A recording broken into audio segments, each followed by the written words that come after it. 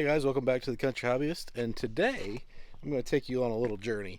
You ever have an experience where you just refuse to pay the service prices because you think it's just outrageous? I'm that way with spraying, either yard or house or insecticide, any of that stuff, because you can buy you a sprayer and you can spray those things yourself and save a ton of money. Yeah, you're doing it yourself, so if you don't want to do that, I understand. Today I want to share the Husqvarna backpack sprayer. I had this for over a year, actually 2 years now, and just wanted to share a little bit about it, things I like, don't like, and hopefully give you some ideas of what you're looking for in this sprayer. So what you can see with the backpack sprayer is that it has two shoulder straps here, and then it has a hip belt down here. So you've got kind of a 3-point harness there. It has your pump handle here up top. It actually has got a little clip for storage. You can unbutton it, and then it's in pump mode. And then also it has a little holder right there that you can use for holding your wand when you've got it in storage. The hand pump can go on either side. So if we look here, you have your connection either here, or you can reverse that and connect it on either side. The hose comes out in the middle right in here, so you can have a right hand or left hand ambidextrous setup if you choose. It also comes with a couple of different nozzle styles. It has a this straight spray nozzle. I like to use it for spraying pesticides, like on upper level windows. Look, a fly right on the pesticide. I like to use it for spraying upper level windows. It's about 16 foot, I'd say. And then a broadcast sprayer. There's what they call the spray optimizer. It's really just a pressure reducer to keep a constant pressure on your tank. The one thing about being able to get up to high is that with that straight nozzle, I don't use the optimizer.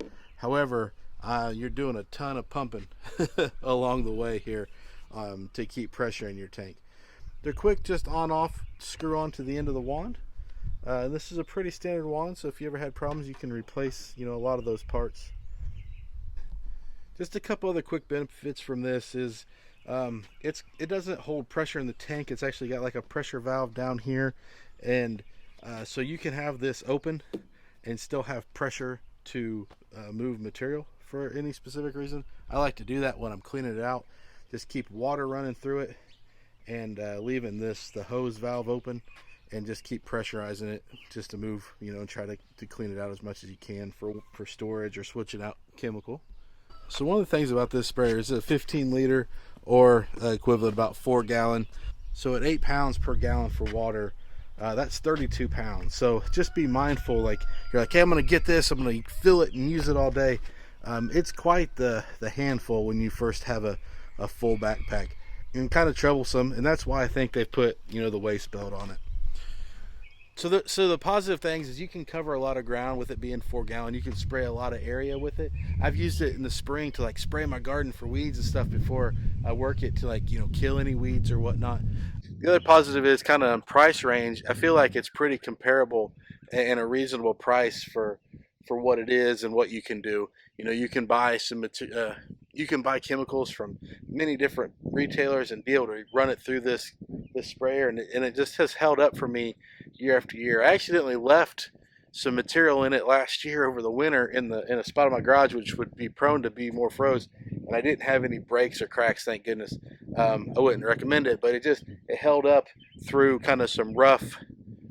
it held up for me through some rougher weather that I didn't realize I left chemical in it, and thank goodness it didn't break, but that was impressive to me as well.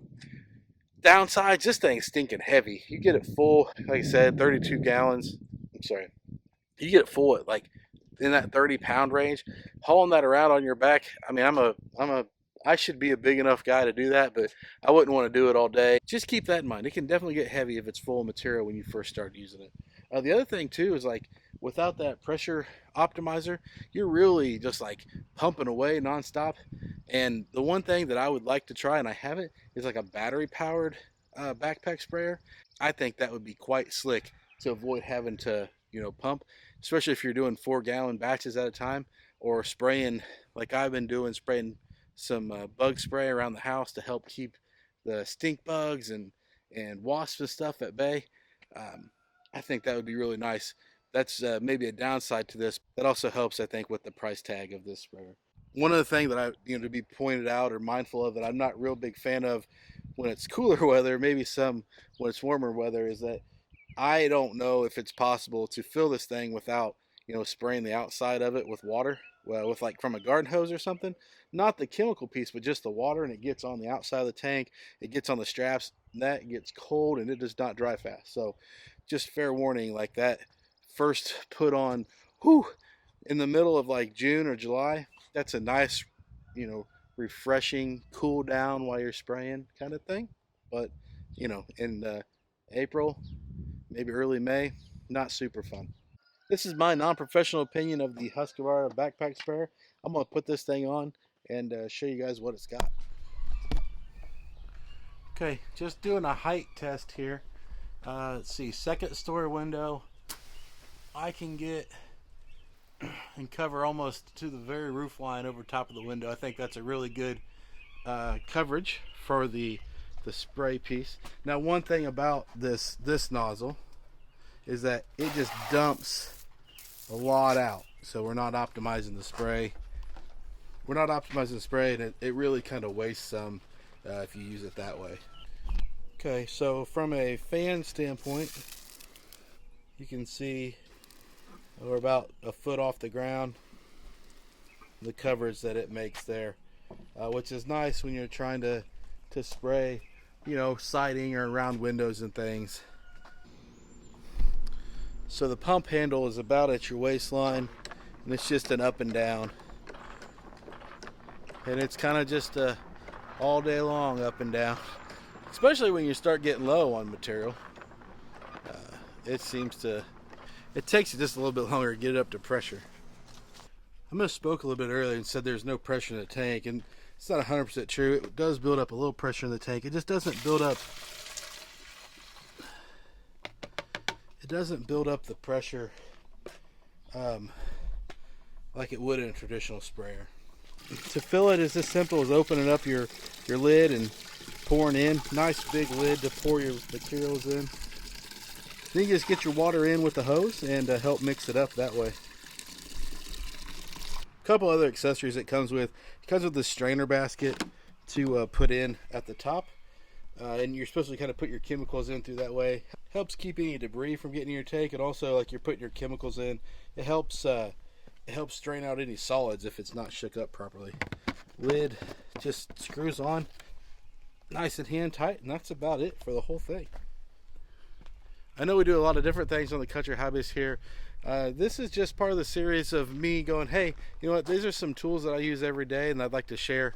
I'm not the professional at it, definitely, hence Country Hobbyist, but just wanted to get, some of the stuff out there of a homeowner, a homesteader, whatever you want to call yourself, with the tools that we have to use day in and day out, or with the tools that I use here on the farm, with the tools I use here at the house, on the farm, in different places, to make my life a little bit easier. So this is my experience. This is what I've done with it. Just wanted to share and give you guys my perspective.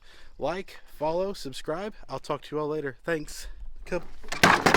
Man down.